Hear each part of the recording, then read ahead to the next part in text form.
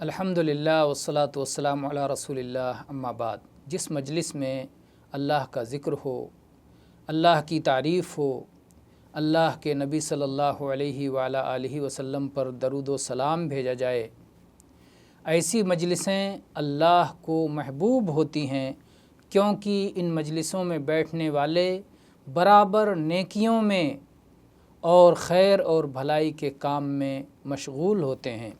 ابو ہریرہ رضی اللہ عنہ اللہ کے رسول صلی اللہ علیہ وعلی آلہ وسلم سے روایت کرتے ہیں کہ آپ نے فرمایا کہ اللہ نے کچھ ایسے فرشتے مقرر کر رکھے ہیں جو راستوں پہ گھومتے ہیں، چکر لگاتے ہیں، اور وہ اللہ کو یاد کرنے والوں کی تلاش میں رہتے ہیں، اہل ذکر کی تلاش میں رہتے ہیں۔ جب وہ ایسے لوگوں کو پا جاتے ہیں جو اللہ کو یاد کر رہے ہیں تو سب ایک دوسرے کو آواز دیتے ہیں اور کہتے ہیں، آؤ، تم جسے تلاش کر رہے تھے وہ تمہیں مل گئی ہے۔ اور اس کے بعد دنیا کے آسمان تک، اس بلندی تک وہ اپنے بازوؤں سے انہیں گھیر لیتے ہیں۔ اللہ تعالیٰ اپنے ان فرشتوں سے سوال کرتا ہے، حالانکہ وہ ان کے بتائے بغیر پہلے سے خوب جانتا ہے، وہ ہر طرح کا علم رکھتا ہے۔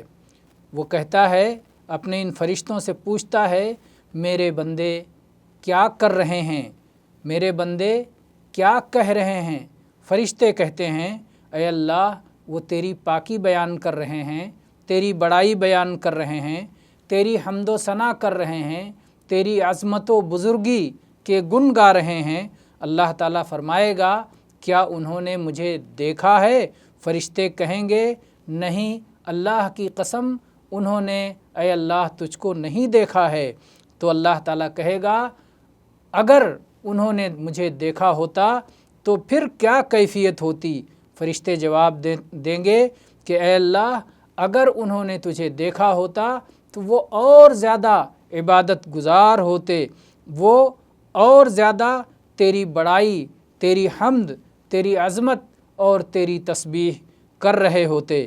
اس کے بعد اللہ تعالیٰ ان سے پوچھے گا، فرشتے، میرے فرشتوں بتاؤ یہ میرے بندے کیا مانگ رہے ہیں؟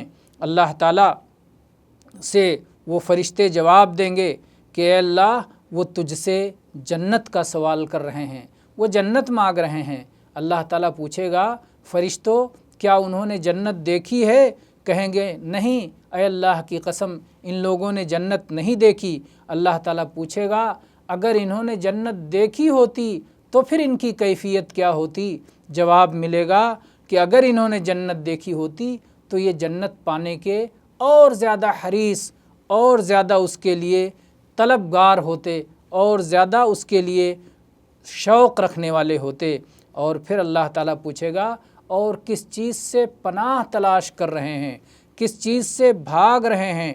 تو جواب دیا جائے گا کہ اے اللہ، یہ تیری سزا سے، جہنم کی آگ سے پناہ تلاش کر رہے ہیں۔ تو اللہ تعالیٰ پوچھے گا، کیا انہوں نے جہنم کو دیکھا ہے؟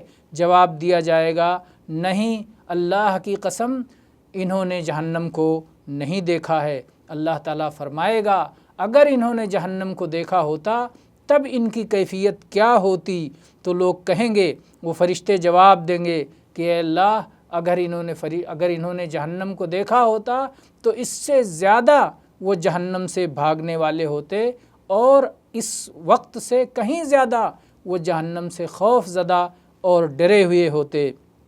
اللہ تعالیٰ کہے گا، فرشتوں میں تمہیں گواہ بناتا ہوں کہ میں نے ان کی بخشش کر دی، انہیں معاف کر دیا۔ تو ایک فرشتہ کہے گا کہ اے اللہ، فلاں ان میں جو بیٹھا ہوا ہے یہ ان میں سے نہیں ہے، وہ یوں ہی کسی ضرورت کے لیے آیا تھا اور پھر ان کے ساتھ بیٹھ گیا، شریک ہو گیا۔